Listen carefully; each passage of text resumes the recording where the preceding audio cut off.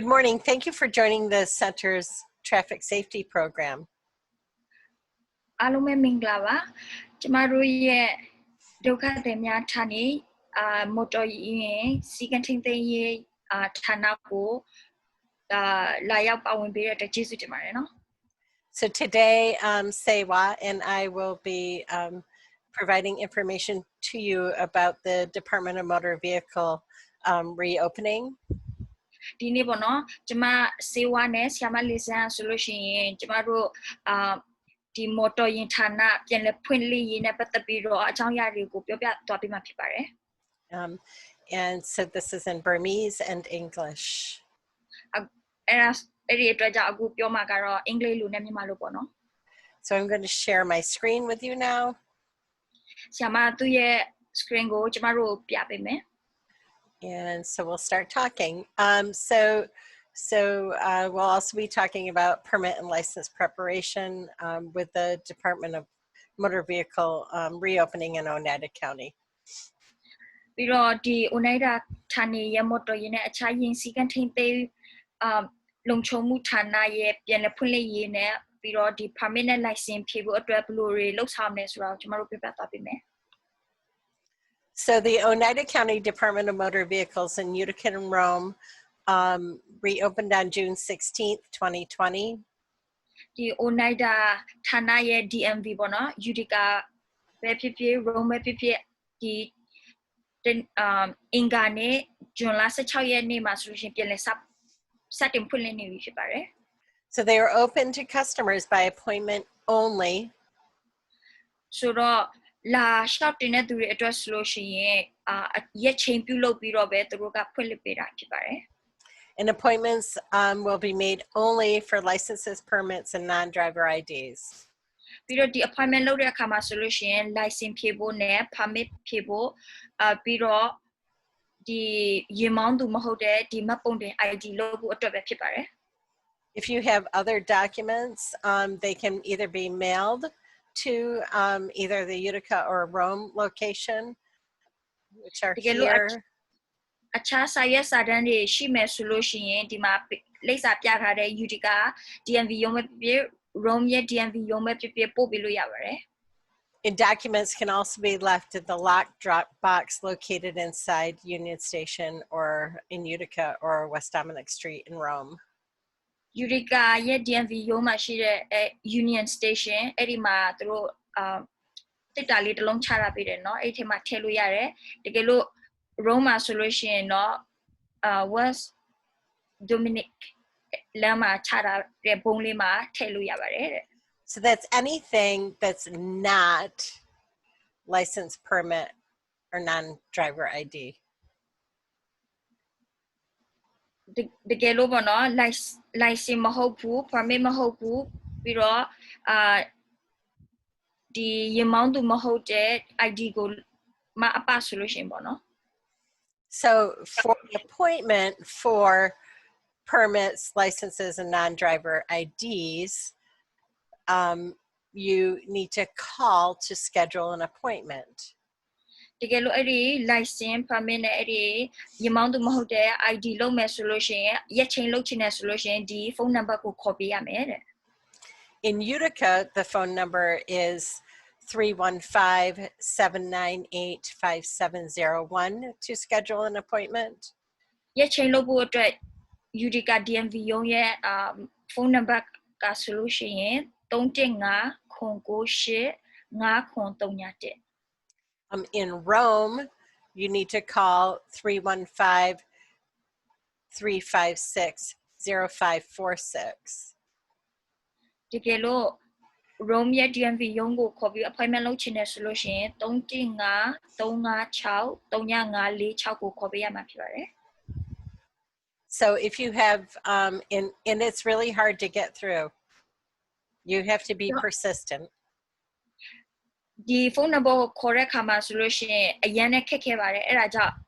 အမြဲတမ်းလို့ခေါ်ပေးရမယ်ဇွဲရှိရှိနဲ့ခေါ်ပေးရမှာဖြစ်ပါတယ် If you have questions other than and something that's not license, permit, or non-driver ID, they've provided some other phone numbers which are down here. တကယ်လို့ license permit နဲ့ဒီရမမဟုတ်တဲ့ license မှတ်ပုံတင်ကိုလုပ်ချင်မဟုတ်ပဲနဲ့တခြားအကြောင်းအရာတွေကိုမေးချင်တယ်ဆိုလို့ရှိရင်ဒီအောက်မှာရှိတဲ့ phone number နှစ်ခုခေါ်လို့ရပါတယ်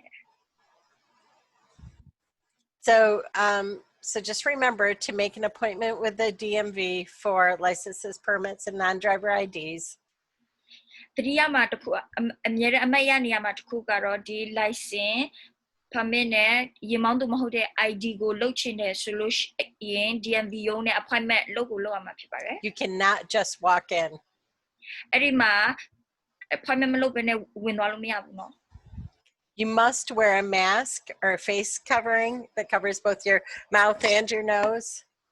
ပြီးတော့သင်ရဲ့နှာခေါင်းနဲ့မျက်နှာကိုပါးစပ်ကိုပေါ့နော်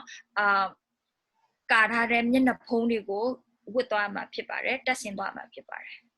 And you must maintain a distance of at least 6 feet between you and other people. ပြီးတော့သင်နဲ့တခြားသူတွေအကြားမှာဆိုလို့ရှိရင်6ပေအကွာမှာအမြဲတမ်းနေပြရမှာဖြစ်ပါတယ် We can also help. You can call if you need to schedule an interpreter. You can call Compass directly. ကျမတို့ရဲ့ဒုက္ခသည်များရုံးကလည်းအကူအညီပေးပါတယ်အကူအညီလိုအပ်လာတဲ့ဆိုလို့ရှိရင်ပေါ့နော်ရက်ချိန်လို့ဖို့အတွက်စကားပြန်လိုအပ်လာတဲ့ဆိုလို့ရှိရင်ဒီ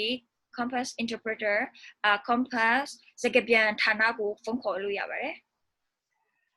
That phone number is 315-749-7080. number ကတော့315-449-3983ဖြစ်ပါတယ် You can also call the traffic safety coordinator at the center, which is me, and leave a message. And our phone number there is 315-738-1083. ပြီးတော့ဒီရုံးမှာရှိတဲ့ယင်စီကဲလုံးချုံမှုဌာနမူပေါ့နော်ဆီယမလေးစန်းကိုလည်းဖုန်းခေါ်ပြီးတော့ဖုန်းခေါ်လို့ရပါတယ် message ချနာပေးလို့လည်းရတယ်သူတို့ဌာနရဲ့ phone number ကတော့315-338-1383ဖြစ်ပါတယ် We can meet remotely on Zoom like Sewa and I are doing, and so we can see each other and I can provide some guidance to you. တခြားလမ်းညွှန်မှုတွေလိုအပ်လာတဲ့ဒီလိုတွေ့ချင်တဲ့ solution နဲ့ဒီလိုအခုကျမနဲ့ဆီယမလေးစန်းနဲ့တွေ့တယ်လို့မျိုးပေါ့နော်ဒီ Zoom meeting မှာလည်းတွေ့လို့ရပါတယ် If you need an interpreter, let me know, then I can schedule one for our meeting. တကယ်လို့စကားပြန်လိုအပ်လာမယ်ဆိုလို့ရှိရင်လည်းဆီယမကတယောက်ယောက်ကိုခေါ်ပေးမယ်စကားပြန်တယောက်ခေါ်ပေးမယ် You can also go to Facebook to the Center's Multilingual Traffic Safety Program Facebook group. ဒီဌာနရုံးရဲ့ Facebook အဖွဲ့ပေါ့နော်အဲ့ဒီမှာလည်းဝင်ကြည့်လို့ရတယ်တဲ့ So this video will be posted there, and we will have, there's other information that's there that will be helpful for you to prepare. ပြီးတော့ဒီ video ဆိုလို့ရှိရင်လည်းအဲ့ဒီ group မှာတင်ပေးမှာဖြစ်တယ်ပြီးတော့ဒါတွေမကသေးဘူးတခြားအကြောင်းအရာတွေလည်းအဲ့ဒီမှာတင်ပေးမှာဖြစ်တယ်ဒီရေမောင်းတင်တဲ့အကြောင်းအရာနဲ့ပတ်သက်ပြီးတော့ပေါ့နော် So process-wise, you'll also need an appointment to take the 5-hour pre-licensing course at Gelati's. လမ်းစဉ်ရပြောမယ်ဆိုလို့ရှိရင်ဒီ9နာရီကြာရေမောင်းသင်တန်းကိုတက်ဖို့အတွက် appointment လုပ်ရမှာလည်းဖြစ်ပါတယ်ပေါ့နော်ဒီရေမောင်းသင်တန်းကျောင်းကတော့ Gelati's လို့ခေါ်တယ်နော် So in order, you have to have your learner's permit, and then you need to take the 5-hour pre-licensing course before you can take the road test to get your license. ဒီ license ရဖို့အတွက်ပေါ့နော်ဒီကားမောင်း license ကားမောင်း road test လို့ခေါ်တဲ့လက်တွေ့ကားမောင်းခြင်းမဖြေခင်မှာဆိုလို့ရှိရင်ဒီ9နာရီကြာရေမောင်းသင်တန်းကိုတက်ရတယ်ပြီးလို့ရှိရင်permit learner permit လည်းရှိရတယ်နော် So to register for the 5-hour course, you'll go to gelatis.com, which is right here. ဒီတင်တန်းကိုစရင်သွင်းဖို့ဆိုလို့ရှိရင်ဒီမှာရေးထားတဲ့ gelatis.com အဲ့နေရာကိုတွားပေးရမယ် and then try to schedule an appointment. This morning when I checked, it said that they were on hold again, that they're not scheduling appointments right now. ပြီးတော့အဲ့ဒီမှာစရင်သွင်းလို့ရတယ်ဒါပေမဲ့ဒီမနက်ပေါ့နော်ဆီယာမသူတို့ ਨੇ ပြန်ပြီးတော့မေးကြည့်တဲ့အခါမှာဆိုလို့ရှိရင်သူတို့အခုဒီတင်တန်း appointment လုပ်တာကိုသူတို့ရက်နာထားတယ် So I would just say be persistent and keep checking back and keep going back to that website and seeing if you're able to put your information in there. If you need help doing it, I'm happy to try to help you, but try on your own as well. ဆိုတော့အမြဲတမ်းဇွဲရှိရှိနဲ့အဲ့ဒီမှာဝင်ကြည့်ပြီးတော့ကိုယ့်ရဲ့အကြောင်းအရာကိုဖြည့်ပြီးတော့စရင်သွင်းလို့ရမယ်အမြဲတမ်းဝင်ကြည့်ပါတဲ့ပြီးတော့အကူအညီလိုအပ်လာတယ်ဆိုလို့ရှိရင်လည်းဆီယာမကိုဆက်သွယ်ပါဆီယာမလည်းအကူအညီပေးဖို့ဆင်သင့်ပါပဲ Okay, so and this is what the 5-hour pre-licensing certificate looks like. ဆိုတော့9နာရီကြာရင်မောင်းတင်တဲ့လက်မှတ်ပေါ့နော်ဒါအဲ့ဒီပုံစံတိုင်းဖြစ်ပါတယ် Gelatis will give it to you when you're completed. Gelati ကအဲ့ဒီတင်တန်းကြောင်းကပေးမှဖြစ်တယ်အဲ့ဒီတင်တန်းလက်မှတ်ကိုတကယ်လို့အဲ့တင်တန်းကြောင်းတက်ပြီးပြီဆိုလို့ရှိရင်ပေါ့နော် The 5-hour course certificate is valid for 12 months from the date that they put on the bottom here. အဲ့ဒီတင်တန်းလက်မှတ်ကဆိုလို့ရှိရင်12လတက်တန်းရှိတယ် You'll need to use the numbers from the certificate to register for the road test. So the certificate number will go in the date, will go into the registration for a road test. ပြီးတော့ဒီလက်မှတ်ထဲမှာရှိတဲ့ number ကိုအသုံးပြုပြီးတော့ road test ဖြေဖို့အတွက်စရင်သွင်းရမှာဖြစ်တယ်နော် And when you go to take the road test, you'll need to bring the certificate with you and your permit with you. တကယ်လို့ road test သွားဖြေပြီးဆိုလို့ရှိရင်လည်းဒီတင်တန်းလက်မှတ်စာရွက်နဲ့ကိုယ့်ရဲ့ permit license ကိုလည်းယူထားပေးရမှာဖြစ်တယ် So there's a number of different ways you could schedule the road test. road test ကိုစရင်သွင်းဖို့အတွက်နည်းလမ်းအမျိုးမျိုးရှိတယ်နော် So one way is through Gelatis after you take the 5-hour pre-licensing certificate. ဒီလန်တမျိုးကတော့ဒီ gelatis နဲ့gelatis ကိုစရင်သွင်းခိုင်းတာဖြစ်တယ်เนาะအဲ့ဒီမှာ9နာရီသင်တန်းတက်ပြီးတာနဲ့သူတို့ကိုစရင်သွင်းပေးခိုင်းလို့ရပါတယ် There's typically a charge for that. ပြီးတော့သူတို့အဲ့ဒီမှာလည်းအခကျင်းငွေနည်းနည်းပါတောင်းခံတယ်เนาะ or you could schedule yourself. You can go to dmv.ny.gov and schedule road test. ပြီးတော့ကိုယ့်ကိုသွားပြီးတော့လည်းစရင်သွင်းလို့ရတယ်အဲ့ဒီမှာ dmv.ny.gov မှာသွားပြီးတော့ကိုယ့်ကိုစရင်သွင်းလိုက်ရတယ် If you have concerns, you can call me, the Center's Traffic Safety Program at 315-738-1083. တကယ်လို့တခြားမေးခွန်းတွေရှိတယ်ဆိုရင်စရာတွေရှိတယ်မေးချင်တယ်ဆိုလို့ရှိရင်လည်းဆီယာမလေးစံကိုခေါ်လို့ရတယ်သူကတော့ရုံးရဲ့ရင်စီကန်းလုံခြုံမှုဌာနကဖြစ်တယ်သူရဲ့ဖုန်းနံပါတ်ကတော့315-338-1383ဖြစ်ပါတယ် So you must pass the road test to get your license, so you can drive alone. license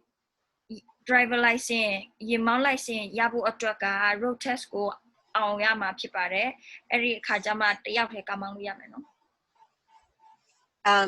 As of there's currently not scheduling the road test yet. လောလောဆယ်တော့သူတို့ဒီ road test ကိုရက်ချိန်မလုပ်ကြသေးဘူးနားထားတယ် And one of either you can call me or we can schedule. You can look at go to this link here, the schedule yourself link, and try to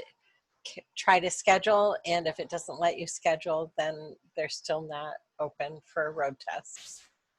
ဒီဆီယာမကိုခေါ်ပြီးတော့လည်းသူ schedule ပေးလို့ရတယ်မဟုတ်ဘူးဆိုလို့ရှိရင်လည်းကိုယ့်ကိုသွားပြီးတော့ schedule လုပ်လည်းရတယ်အဲ့ဒီမှာ schedule လို့မရဘူးဆိုလို့ရှိရင်တော့သိရမှာကသူတို့ဒီအချိန်ရက်ချိန်လို့ပို့တော့မဖွင့်သေးဘူးပေါ့နော် So, but what you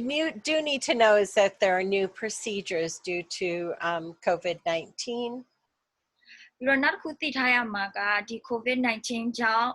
လှုပ်ထုံးလုံးနီးအသစ်တွေရှိလာတယ်ဆိုတာသိရမယ် So let's go through them. Actually, I'm going to leave for 1 second and I'll be right back. I'm going to get a mask. Say, Wad, do you have a mask? Yes, I have. Okay. So I'm going to go get my mask and, and I'll be can right pause back. the recording. Yeah.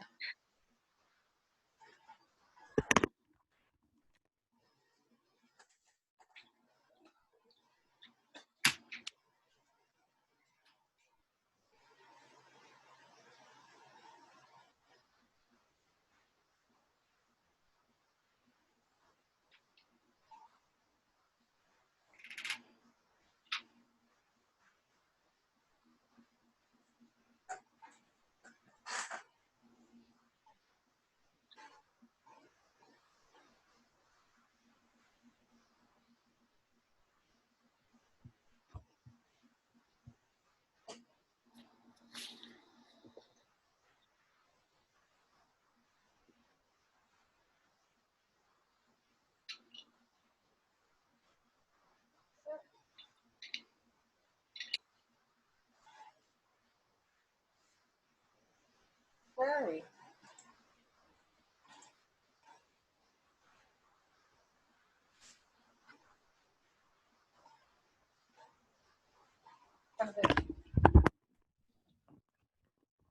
You there? Yes. Okay. What?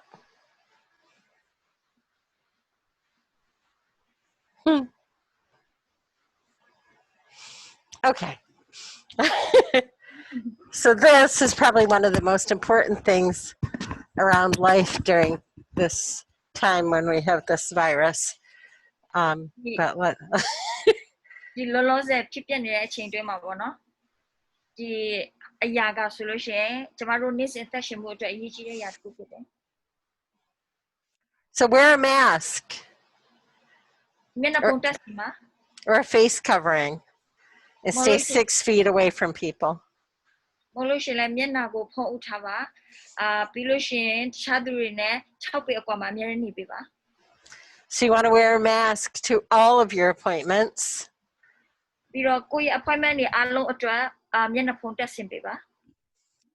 In your car if you have passengers. ပြီးတော့ကိုယ့်ရဲ့ကားထဲမှာလည်းတခြားသူတွေလိုက်ပါစီးနေတဲ့သူတွေရှိမယ်ဆိုလို့ရှိရင်လည်းမျက်နှာဖုံးတပ်ဆင်ပေးပါ In stores. ဈေးတွေသွားဝယ်တဲ့အခါမှာဆိုင်သွားတဲ့အခါမှာဆိုလို့ရှိရင်လည်းတပ်ဆင်ပေးပါ At work, follow your employer guidelines. အလုံးမှာဆိုလို့ရှိရင်လည်းအလုပ်ရှင်ရဲ့လမ်းညွှန်မှုတွေကိုလိုက်နာပေးပါ Like when you're out, just whenever you're out, if you're out just walking down the street, have a mask, wear a mask. အပြင်မှာသွားပြီးဆိုတာနဲ့မျက်နှာဖုံးတပ်ဆင်ပေးပါလမ်းမှာလမ်းလျှောက်ပြီးဆိုလို့ရှိရင်လည်းမျက်နှာဖုံးတပ်ဆင်ပေးပါ If you're home, if you are sick or you've been exposed to COVID-19, wear a mask. အိမ်မှာနေဒီတိုင်ပေါ့နော်ကိုဖျားတယ်မဟုတ်ဘူးဒါမှမဟုတ်ဘူးဆိုလို့ရှိရင်လည်း COVID-19 ကိုနဲ့ရှိတဲ့လူနဲ့ထိတွေ့မိတယ်ဆိုလို့ရှိရင်လည်းမျက်နှာဖုံးတပ်ဆင်ပေးပါ I'm going to take my mask off right now because I'm home alone. I don't have anyone else is not around me, but if there are other people here, I would have my mask on.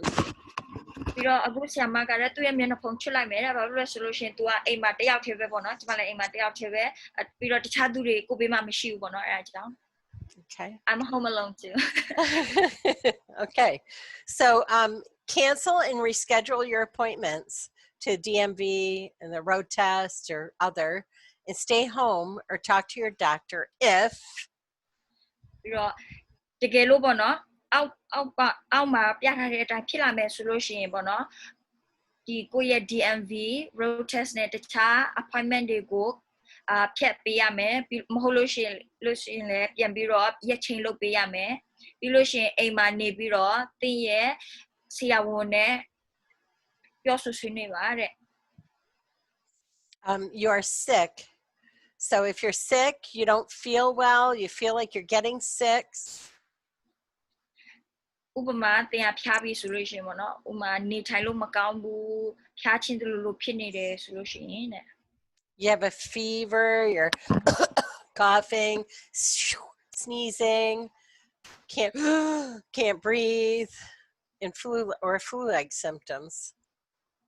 ပြီးတော့အဖျားတွေရှိမယ်ချောင်းဆိုးမယ်နှာချေမယ်ပြီးလို့ရှိရင်အသက်ရှူရတာကြက်တဲလာမယ်ပြီးလို့ရှိရင်ဒီအေးမိနဲ့ဆိုင်တဲ့တခြားယောဂလက္ခဏာတွေတွေ့မယ်ဆိုလို့ရှိရင်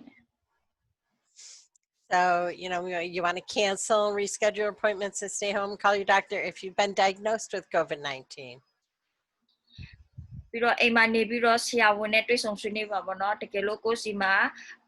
COVID-19 ရှိကြောင်းသိရတဲ့အခါမှာပေါ့နော် If your doctor or the health department or some other professional tells you to stay home and isolate, stay home. တကယ်လို့သိရဆရာ Cancel ဝန် your appointments. သိရဆရာဝန်ဒါမှမဟုတ်လို့ရှိရင်ကျန်းမာရေးဌာနကပဲဖြစ်ဖြစ်တခြားပညာရှင်တွေကပဲဖြစ်ဖြစ်သင်ကိုအိမ်မှာနေဖို့ပြောလာပြီးတယောက်တည်းနေရမယ်ဆိုလို့ရှိရင်အိမ်မှာနေပါပြီးလို့ရှိရင်ခုန appointment တွေကိုဖြတ်လိုက်ပါပေါ့နော် You've been exposed to COVID-19. COVID-19 နဲ့ထိတွေ့မိတဲ့အခါမှာဆိုလို့ရှိရင် If someone you've been in contact with has COVID-19, sorry. တကယ်လို့ COVID-19 ရှိတဲ့သူတယောက်နဲ့တင်ထိတွေ့ပြောဆိုမိမယ်ဆိုလို့ရှိရင် If a health department contact tracer lets you know you've been exposed to COVID-19, ပြီးတော့ဒီကျန်းမာရေးဌာနကတင်ကိုပြောလာမယ်ပေါ့နော်သူတို့ချီရခံတဲ့အခါမှာသူတို့သိရတဲ့အခါမှာတင်အဲ့ဒီနေရာမှာသွားတယ်ဆိုတာသူတို့သိရတဲ့အခါမှာသူတို့ဖုန်းခေါ်လာခဲ့တဲ့အခါမှာဆိုလို့ရှိရင်တဲ့ if the health department or a medical professional or doctor has told you to stay home or to quarantine. ပြီးလို့ရှိရင်ကျန်းမာရေးဌာနပဲဖြစ်ဖြစ်ဒီကျန်းမာရေးလုပ်သားတွေပဲဖြစ်ဖြစ်ဆရာဝန်ပဲဖြစ်ဖြစ်ပေါ့နော်တင်ကိုအိမ်မှာနေပြီးတော့ quarantine ဝင်ခိုင်းမယ်ဆိုလို့ရှိရင်ပေါ့နော် So all of those situations, you should cancel or reschedule your DMV, road test, or other appointments and stay home and talk to your doctor. တကယ်လို့အခုဒီမှာပြောပြထားတဲ့အခြေအနေတွေအကုန်လုံးတစ်ခုခုသိစီမှာဖြစ်လာတယ်ဆိုလို့ရှိရင်ဒီ appointment တွေကိုဖြတ်သိမ်းပြီးတော့ရက်ချင်းပြန်လုပ်ပေးပါပြီးလို့ရှိရင်အိမ်မှာနေပြီးတော့တင်းရဲ့ဆရာဝန်နဲ့စကားပြောပါ So COVID-19 emergency warning signs. COVID-19 ရဲ့အရေးပေါ်ပေါ့နော်သတိပေးလက္ခဏာများတဲ့ So you want to monitor your symptoms, and common symptoms, but not all symptoms, are fever and a cough. ကိုယ့်ရဲ့ယောဂလက္ခဏာတွေကိုအမြဲတမ်းသတိထားပေးပါညာတော့အဖြစ်ပုံမှန်ဖြစ်ထားရှိတဲ့ယောဂလက္ခဏာတွေကဆိုလို့ရှိရင်ဖျားနာတာနဲ့ချောင်းဆိုးတာပေါ့နော်အမြဲတမ်းတော့မဟုတ်ဘူးနော် So, but emergency warning signs include trouble breathing, pain or pressure in your chest that doesn't go away. ဒီအရေးပေါ်သတိပေးတဲ့လက္ခဏာတွေကဆိုလို့ရှိရင်ဘာတွေပါလဲဆိုလို့ရှိရင်အသက်ရှူကျက်တာတို့ပြီးလို့ရှိရင်ရင်ဘတ်နားတစ်ဝိုက်မှာဖိတလို့မျိုးခံစားရပြီးတော့နာကျင်ခံစားရတာတို့သူကတော်ရုံနဲ့မပြောက်သွားဘူးလေနော် Experience confusion or trouble waking up. အဲ့ရကနေနိုးထဖို့အတွက်အခက်ခဲဖြစ်တဲ့အခါမှာပြီးလို့ရှိရင်အမြဲတမ်းမူတူနဲ့စိတ်ရှုပ်ထွေးနေလို့ခံစားရတဲ့အခါမှာ If you have bluish lips or face, like the color blue. နှကမ်းပဲဖြစ်ဖြစ်မျက်နှာပဲဖြစ်ဖြစ်ပေါ့နော်အပြာရောင်ပန်းလာတဲ့အခါမှာ So any of those emergency warning signs, you want to call for medical attention immediately. တကယ်လို့အဲ့ဒီလိုမျိုးအရေးပေါ်လက္ခဏာတွေဖြစ်လာပြီဆိုလို့ရှိရင်ဒီကျန်းမာရေးဌာနကိုအမြန်ဆုံးဆက်သွယ်ပေးရမယ်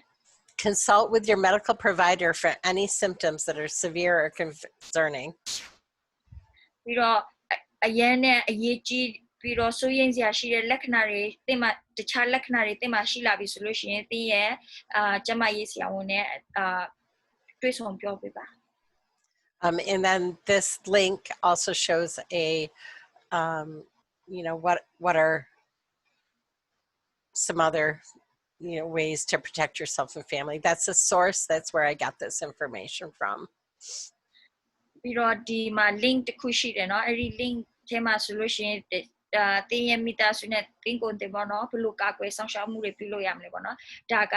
ဟိုဘယ်လိုပြောမလဲရင်းမြစ်တစ်ခုဖြစ်တယ်ဒီအကြောင်းအရာတွေအကုန်လုံးကိုလည်းဆရာမကဒီနေရာကနေသူရရှိတာဖြစ်တယ်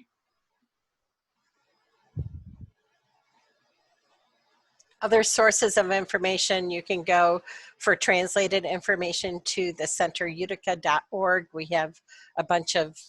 information that's translated on COVID-19 and what you should do and what's available. ပြီးလို့ရှိရင်ကျမတို့ရဲ့ဒုက္ခသည်များရုံးရဲ့စကားပြန်ဘာသာပြန်ဌာနမှာဆိုလို့ရှိရင်လည်းဒီမှာသူတို့ဘာသာပြန်ထားတဲ့စာအုပ်တွေအများကြီးရှိတယ်ဒီ COVID-19 နဲ့ပတ်သက်ပြီးတော့ပေါ့နော်အဲ့ဒီမှာလည်းဝင်ကြည့်လို့ရတယ် Testing sites and other information like that. You should be able to get that information from the centerutica.org or the Center Utica Facebook group. You can see that information as well. centerutica.org เนาะအဲ့ဒီမှာဝင်ပြီးတော့ဗောနော်ခုနကတော့ဒီဟို center စစ်စစ်တဲ့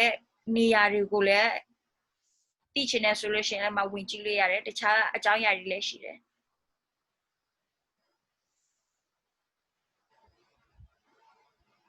So do not report to your road test if new procedures through DMV. Sorry. Don't go. I think we've already said it. Do not report to your road test if with these COVID-19, and then there's some new procedures. Does that make sense? လို့ထုံးလို့နေအစ်စ်တွေပေါ့နော်ကတော့တကယ်လို့ road test ဖြေရမယ်ဆိုလို့ရှိရင်တကယ်လို့အောက်ပါအကြောင်းအရာတွေဖြစ်လာမယ်ဆိုလို့ရှိရင်သူတို့ကိုအကြောင်းကြားစရာမလိုဘူးတဲ့ road test ကိုအကြောင်းကြားစရာမလိုဘူး So you should not report to the road test if you've been directed to quarantine, isolate, or self-monitor at home for COVID-19 by any doctor, hospital, or health agency. တကယ်လို့တင်းရဲ့ဆရာဝန်တယောက်ပဲဖြစ်ဖြစ်ဆေးရုံကပဲဖြစ်ဖြစ်ကျန်းမာရေးဌာနတစ်ခုခုကပဲဖြစ်ဖြစ်တင့်ကိုဒီ quarantine ဝင်ဖို့တယောက်တည်းနေဖို့အိမ်မှာကိုနေဖို့ဒီ COVID-19 ကြောင့်ပေါ့နော်အဲ့လိုမျိုးအိမ်မှာနေရမယ်လို့ပြောလာပြီဆိုလို့ရှိရင်ဒီ DMV ရော road test ကိုအကြောင်းကြားစရာမလိုပါဘူးတဲ့ Do not report to the road test if you've been diagnosed with or have had close contact with anyone diagnosed with COVID-19. ဒီ COVID-19 ရှိတဲ့သူနဲ့ပေါ့နော်ဘယ်လိုပြောမလဲဆက်သွယ်မိတာဖြစ်ဖြစ်တကယ်လို့ကိုမှ COVID-19 ရှိတယ်လို့အကြောင်းကြားခံရတယ်ဖြစ်ဖြစ်အဲ့လိုမျိုးဖြစ်လာပြီဆိုလို့ရှိရင်သူတို့ကိုအကြောင်းကြားစရာမလိုပါဘူးတဲ့ DMV ရုံးကို Or if you have flu-like symptoms. တကယ်လို့အေးမိတဲ့လက္ခဏာတွေအေးမိတယ်လို့ဖြစ်တဲ့လက္ခဏာတွေရှိလာမယ်ဆိုလို့ရှိရင်လည်းအကြောင်းကြားစရာမလိုပါဘူး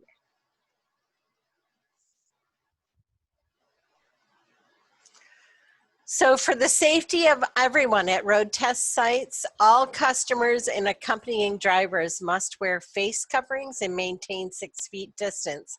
from other customers and staff whenever possible. ဖြစ်နိုင်မဲ့ဆိုလို့ရှိရင်ပေါ့နော်ဒီ road test site မှာရှိတဲ့လူတွေနဲ့ပြီးတော့customer တွေနဲ့ပြီးတော့အဲ့ဒီမှာရှိတဲ့သွားပြီးတော့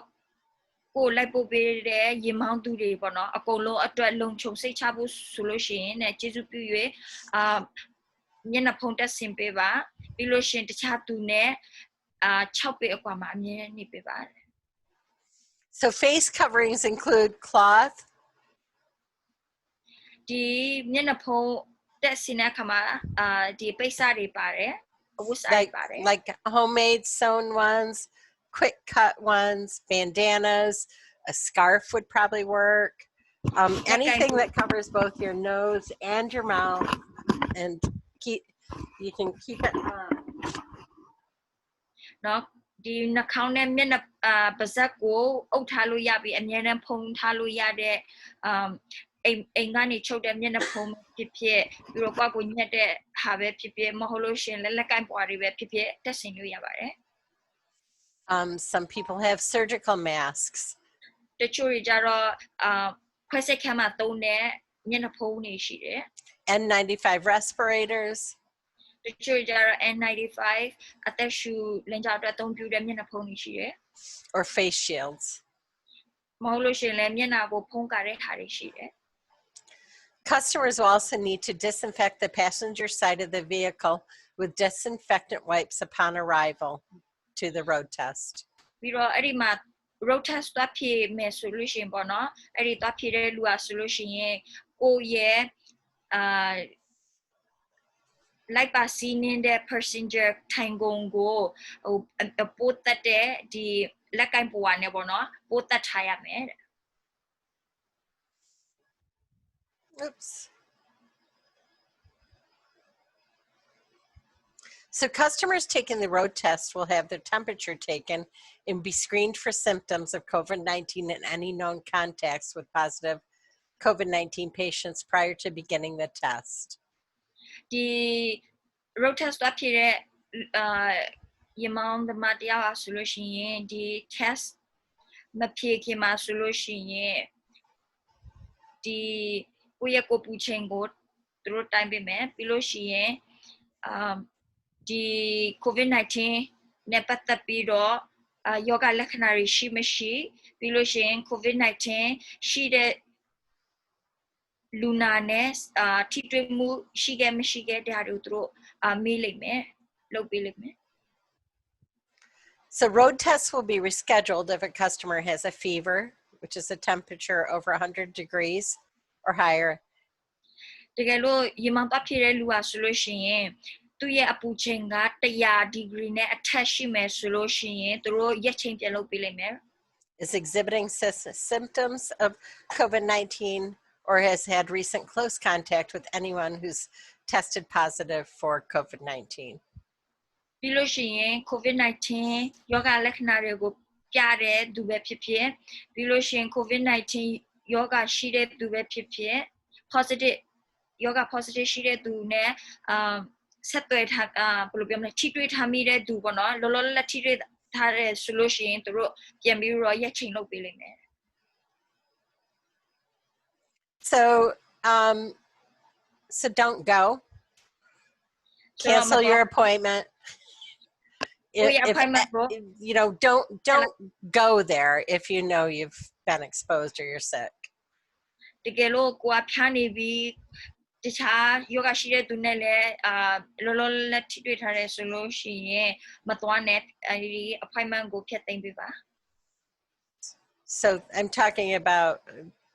but that's true of anywhere unless you're going to go visit a medical provider, right? တကယ်လို့အဲ့လိုမျိုးဖြစ်လာမယ်ဆိုလို့ရှိရင်လည်း with an appointment ပြီးတော့ appointment ယူပြီးတော့ကိုယ့်ရဲ့ဆရာဝန်နဲ့သွားတွေ့ရမှာလေနော်တေချာတာတော့ Okay, so starting in April, New York State Governor Andrew Cuomo required people to wear a mask or face covering. ကျမတို့ New York State ရဲ့ဝန်ကြီးပေါ့နော် Andrew Cuomo ဆိုလို့ရှိရင်ဒီ April လကနေစပြီး15ရက်နေ့ကစပြီးတော့လူတိုင်းဒီမျက်နှာဖုံး mask တက်ဆင်ဖို့အတွက်သူကထုတ်ပြန်လိုက်တယ် When you are near other people or out in the public. တခြားလူတွေနဲ့နီးမှရှိတယ်မဟုတ်လို့ရှိရင်လည်းဒီလူထုကြားထဲမှာသွားတယ်ဆိုလို့ရှိရင် So there are so this is still a good time to get prepared to get your license, even though it may be really hard to get an appointment for a permit test or take the 5-hour course or schedule a road test. These things will come back in time, and they're really working on a procedure to make it work. But in the meantime, you could make sure you're prepared to take action when things are opened up, since many of us are still at home and ဆိုတော့အခုလောလောဆယ်အချိန်အရဆိုလို့ရှိရင်ကျမတို့ဒီ license ဖြည့်ဖို့အတွက်ပြင်ဆင်မှုလုပ်ဖို့အတွက်အကောင်းဆုံးအချိန်ဖြစ်တယ်ပေါ့နော်ဒါပေမဲ့ဟို permit သွားဖြည့်ဖို့ပဲဖြစ်ဖြစ်အဲ့ဒီတင်တဲ့9နာရီတင်တဲ့သွားတက်ဖို့ပဲဖြစ်ဖြစ်ဒီ road test သွားဖြည့်ဖို့ပဲဖြစ်ဖြစ်appointment လုပ်ဖို့အရင်နဲ့ခက်ခဲပေမဲ့လည်းအခုလောလောဆယ်မှာကျမတို့ကအိမ်မှာနေတဲ့အတွက်ကြောင့်အဲ့လိုမျိုးပြင်ဆင်ထားဖို့အတွက်အကောင်းဆုံးချိန်ပဲဖြစ်ပါတယ်တဲ့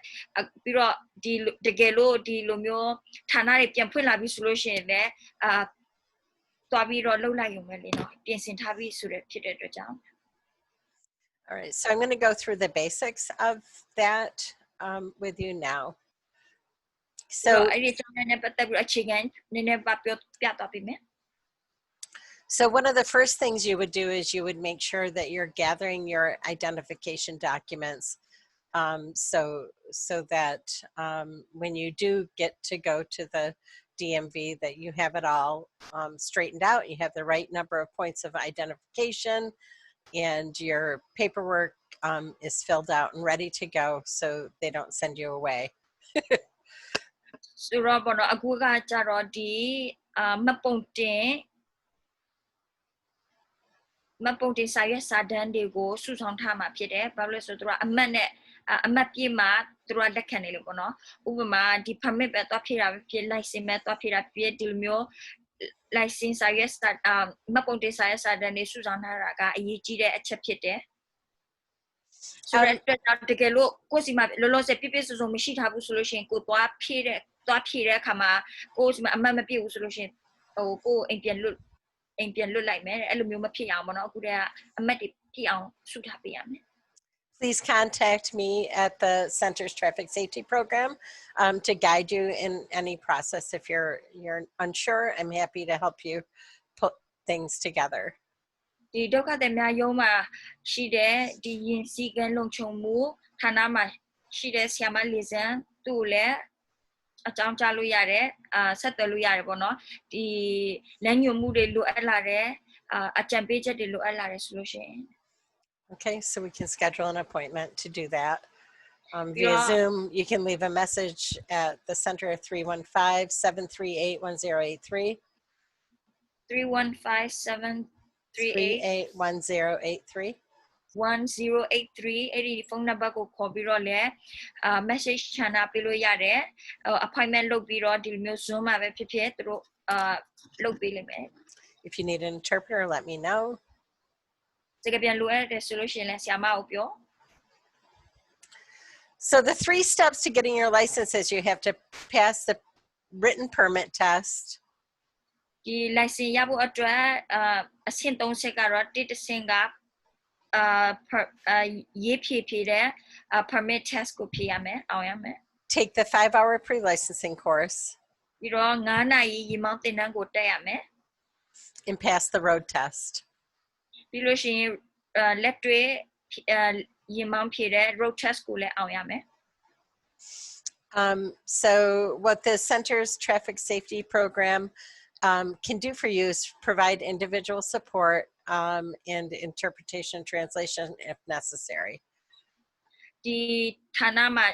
ဒုက္ခသည်ရုံးဌာနမှာရှိတဲ့ရင်စည်းကမ်းလုံခြုံမှုဌာနဆိုလို့ရှိရင်တင်ဘလို့အကူအညီတွေပေးနိုင်လဲဆိုလို့ရှိရင်စကားပြန်ပဲဖြစ်ဖြစ်တယောက်ချင်းစီပဲဖြစ်ဖြစ်ပေါ့နော်သူတို့အကူအညီပေးနိုင်တယ် We work with people to help set a strategy and work through the next step. ပြီးလို့ရှိရင်ကိုရဲ့နီးလန်းတွေပေါ့နော်ဘယ်လိုမျိုးလုပ်ရမလဲပြီးလို့ရှိရင်နောက်တစ်ဆင့်ဘယ်လိုမျိုးဆက်သွားရမလဲဆိုတာတွေကိုအကူအညီပေးတယ် We can set up appointments to meet online. ပြီးလို့ရှိရင် online မှာ appointment လုပ်ပြီးတော့သူတို့တွေ့ပေးမယ် If study materials for permit and license and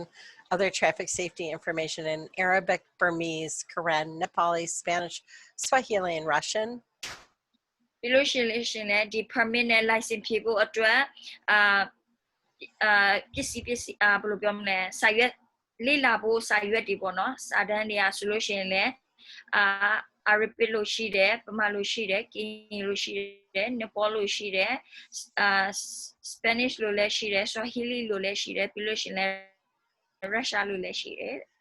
Typically, we've been able to schedule permit tests with interpreters for taking the permit test.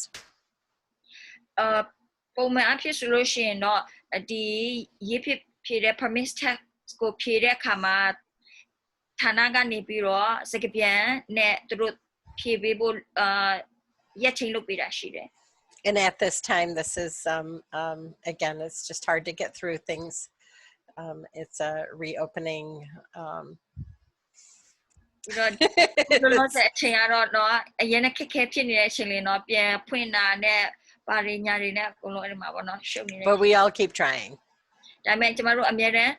ဇွဲရှိနဲ့လုပ်ရမှာပဲကြိုးစားမှာပဲ So to pass the learner permit test, again, I've got study materials. We can set a study strategy.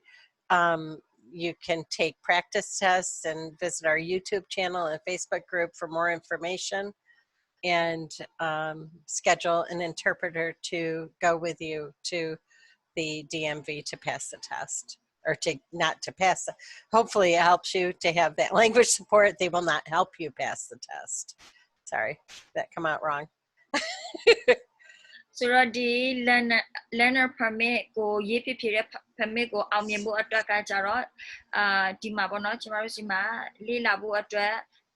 စာရေးစာတမ်းတွေရှိရယ်ပြီးလို့ရှိရင်ဘယ်လိုမျိုးလေ့လာမလဲဆိုတဲ့နည်းလမ်းတွေကိုသူတို့ပြောပြပေးမှရှိတယ်ပြီးလို့ရှိရင်လက်တွေ့ဖြည့်ပေးဖို့အတွက်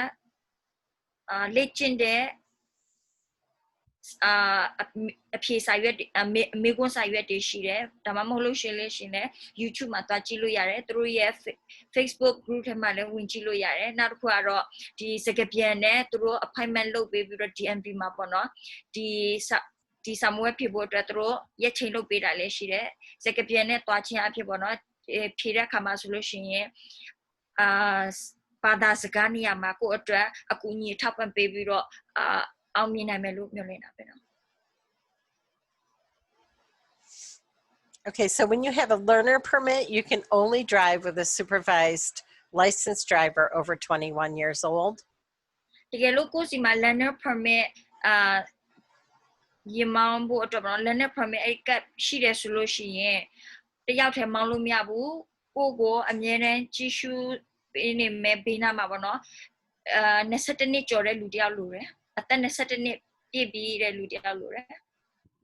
And make sure you're wearing a mask in the car with each other. ပြီးတော့အဲ့ဒီကားထဲမှာနေပြီဆိုလို့ရှိရင်တယောက်နဲ့တယောက်ကားထဲမှာရှိပြီဆိုလို့ရှိရင်လည်းမျက်နှာဖုံးတက်ပေးဖို့တေချောင်လုပ်ပါတယ် So after passing the written driver permit test, come schedule an appointment with me, and we'll go through whatever your next steps are. တကယ်လို့ဒီရေးဖြည့် permit test ကိုအောင်ပြီဆိုတာနဲ့ဆီယာမနဲ့လာပြီးတော့ appointment ပြန်လာလုပ်ပါတဲ့နောက်တစ်ဆင့်ဘယ်လိုဆက်သွားမလဲဆိုတာသူတို့လုပ်ပေးမယ် Remember, you still must drive with a licensed driver over 21. ပြီးတော့တတိထားရမှာကတယောက်တည်းကားမောင်းလို့မရဘူးတခြား22နှစ်ပြည့်ပြီးတော့ကားမောင်း license ရှိတဲ့သူနဲ့ကားမောင်းရမယ် Wear a mask. Drive with a licensed driver over 21. 22နှစ်အသက်ပြည့်ပြီးတော့ကားမောင်း license ရှိတဲ့လူနဲ့အတူပဲကားမောင်းရမယ်ပြီးလို့ရှိရင်မျက်နှာဖုံးတက်ပေးရမယ် So that person who's your supervised licensed driver over 21 is there to help guide you. So select somebody who you trust and you're comfortable with to help guide you in learning about how to drive properly. ပြီးတော့အဲ့ဒီကိုဘေးနားမှာထိုင်ပြီးတော့လိုက်ကြည့်ပေးမဲ့လူอ่ะဆိုလို့ရှိရင်လည်းကိုဘယ်လိုမောင်းရမလဲဆိုတာသူကလမ်းညွှန်ပေးရမှာဖြစ်တဲ့အတွက်ကြောင့်လည်းအဲ့ဒီထိုင်ပြီးတော့လိုက်ကြည့်ပေးမဲ့လူကိုရွေးချယ်တဲ့အခါမှာဆိုလို့ရှိရင်ကိုယုံကြည်ရတဲ့လူကိုရွေးချယ်ပါ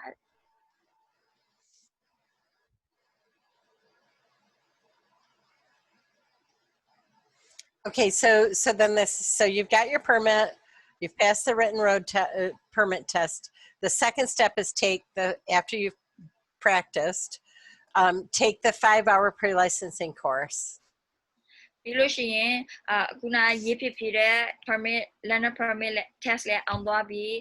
ပြီးတော့လိုက်ပြီးတော့လဲလေ့ကျင့်မောင်းနေပြီးဆိုတဲ့အခါမှာเนาะဒုတိယတစ်ဆင့်ကတော့အဲ့ဒီ9နာရီကြာရေမောင်းသင်တန်းကိုတက်ဖို့စာရင်းသွင်းရမယ် Last time I checked, it was $60. And now you used to be able to go with cash. You cannot do that anymore. You must pay online when you register at gelatis.com. အခုဆီယာမနောက်ဆုံးသူမေးမြန်းကြည့်တဲ့အခါမှာဆိုလို့ရှိရင်ပေးရမယ့်ဝင်ကြီးကတော့60ဖြစ်တယ်အရင်တော့ကဆိုလို့ရှိရင်ဟိုအဲ့ဒီတင်တဲ့တဲ့အခါမှာပတ်စံငွေသားနဲ့ပေါ့နော်ယူသွားလို့ရတယ်ဒါပေမဲ့အခုတော့ငွေသားယူသွားလို့မရတော့ဘူးပြီးလို့ရှိရင်ဒီ online မှာပေါ့နော်စာရင်းသွင်းတဲ့အခါမှာဆိုလို့ရှိရင်အဲ့ဒီမှာသူတို့ online နဲ့ပဲပေးရမယ်တဲ့ And it looks like currently they have paused that process right now, but typically there's at 339 Genesee Street, where that triangular building is, at around 8:30 on Saturday mornings, they always had a program. သူတို့လောဆယ်သူတို့ရဲ့ဖြစ်စဉ်အားလုံးတွေကိုသူတို့ရက်နာထားတယ်ဒါပေမဲ့ပုံမှန်အဖြစ်ဆိုလို့ရှိရင်တော့339အဲ့ဒီ Genesis လမ်းမှာရှိတဲ့ Utica New York ပေါ့နော်ဒီမှာရှိတဲ့အဲ့ဒီမှာသူတို့ဖွင့်တယ်သွားလို့ရတယ် So they also have other locations and times on Wednesdays on Paris Road in New Hartford at 4 p.m. တခြားအချိန်တွေလည်းရှိတယ်တဲ့ဘုဒ္ဓနေ့ဆိုလို့ရှိရင်အဲ့ဒီ One Paris လမ်းမှာရှိတယ်ပေါ့နော် Looks like in Herkimer they have a location Saturday mornings. Herkimer မှာဆိုလို့ရှိရင်လည်းစနေနေ့မှာသူတို့ဖွင့်ထားတာရှိတယ်8:45မိနစ်ပိုင်းပေါ့နော် And it looks like I don't know if these are all they're currently none of them are open, but but these are just the different locations. There used to be, or there may still be, it's just not open right now, a location at JCPenney at Sangertown Mall, New Hartford, Saturday mornings at 10:15. ဒီဟာတွေကသူတို့လောလောဆယ်ဖွင့်လာမဖွင့်လာတော့ဆရာမကတေချာမသိဘူးဒါပေမဲ့ဖြစ်အရင်တော့ကသူတို့ဖွင့်ခဲ့တယ်နောက်ပြီးတော့ပြန်ဖွင့်မလဲလဲတော့မသိဘူးဒါကတော့တခြားနေရာတွေပေါ့နော်ဟိုသွားကိုနဲ့အချိန်ကြိုက်တဲ့နေရာတွေသွားလို့ရတယ် So but the best way to go is to go back to the website and check and see if they're open and check off and if you want to register for that course. ဆိုတော့အဲ့ဒီသင်တန်းကိုစည်ရင်သွင်းချင်တယ်ဆိုလို့ရှိရင်အဲ့ဒီခုနတော့ကသူတို့ရဲ့စည်ရင်သွင်းတဲ့ website ကိုပြန်သွားပြီးတော့သူတို့ဖွင့်လာမဖွင့်လာတေချာကြည့်ပေါ့နော် So the thing to know is that after you take the 5-hour pre-licensing course, you still need to be driving with a supervised licensed driver over 21. ဆိုတော့အဲ့ဒီ9နာရီကြာရေမောင်းသင်တန်းကိုတက်ပြီးဆိုလို့ရှိရင်လည်းကိုမောင်းတဲ့ကားမောင်းတဲ့အခါမှာကိုရဲ့ဘေးမှာအသက်21နှစ်ကျော်ပြီးတော့ကားမောင်း license ရှိတဲ့သူအမြဲတမ်းရှိနေရမယ် So yeah. Because you still have your permit. You still have your permit, learner permit. You need to know those words in English. So learner permit ကဘလို့ရှိတယ်လဲဆိုတာကဒီမှာ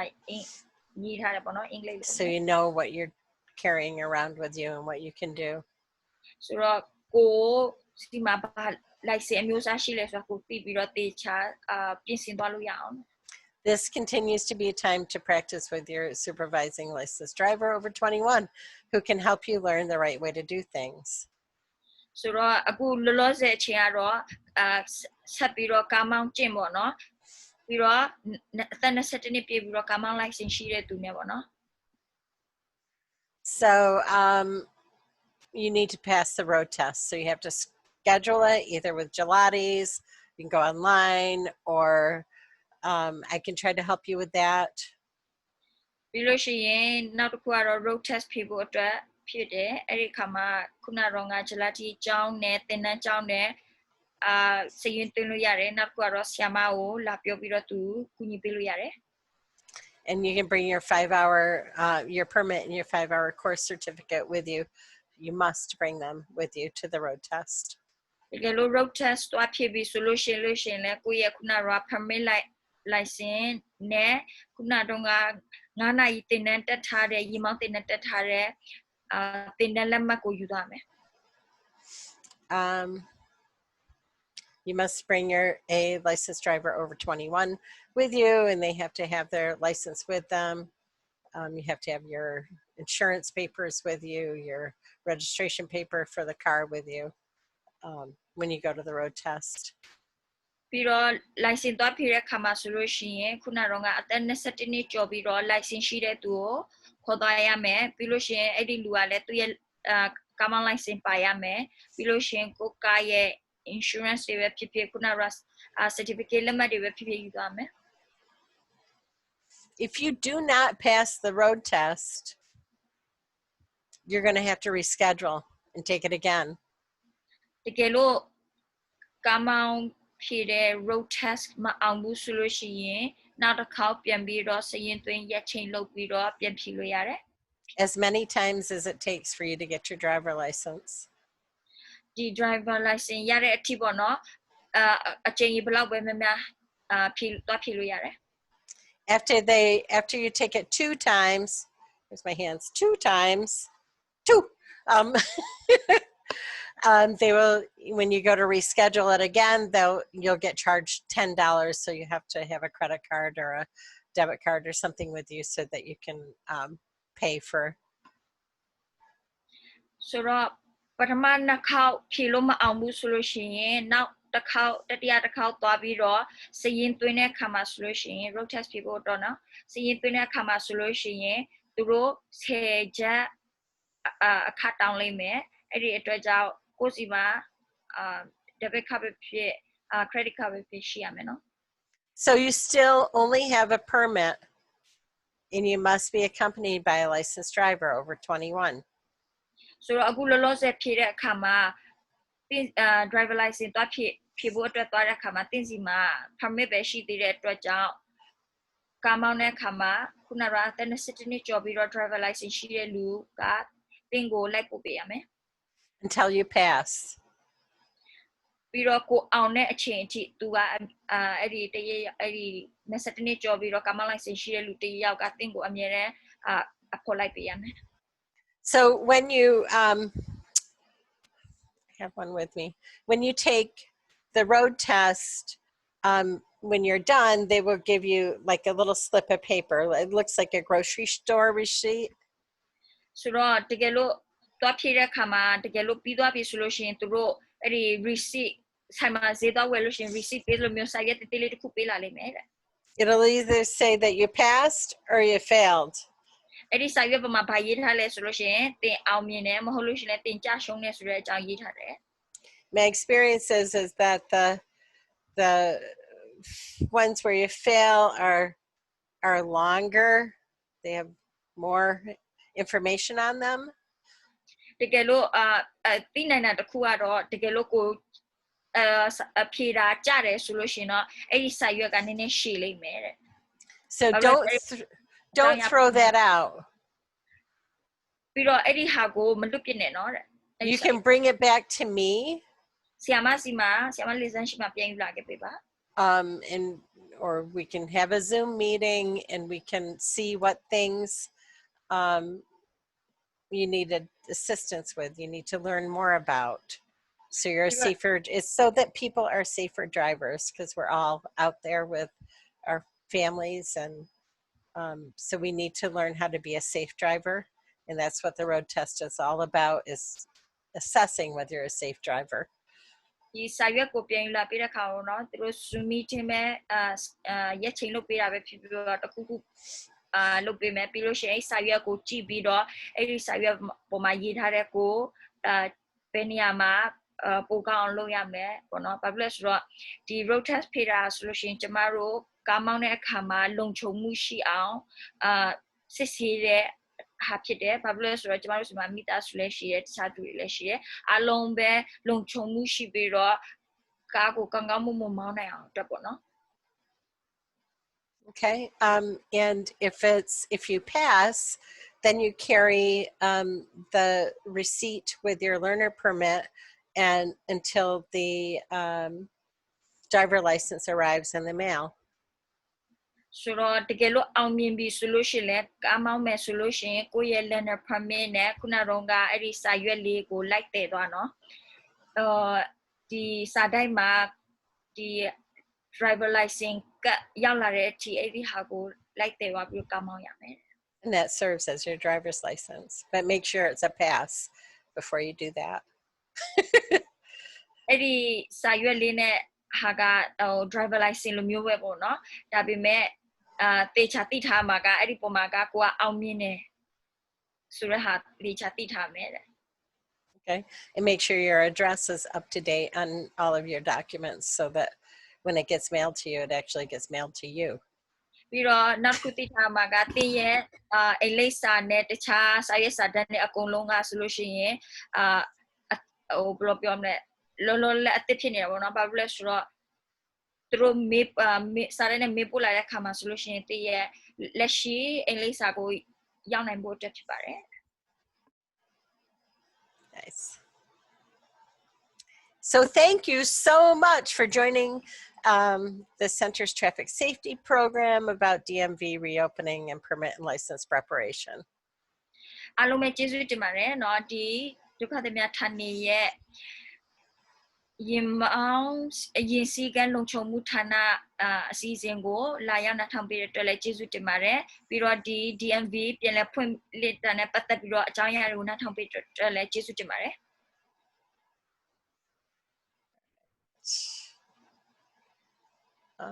So we are complete. အကုန်လုံးပြီးသွားပြီ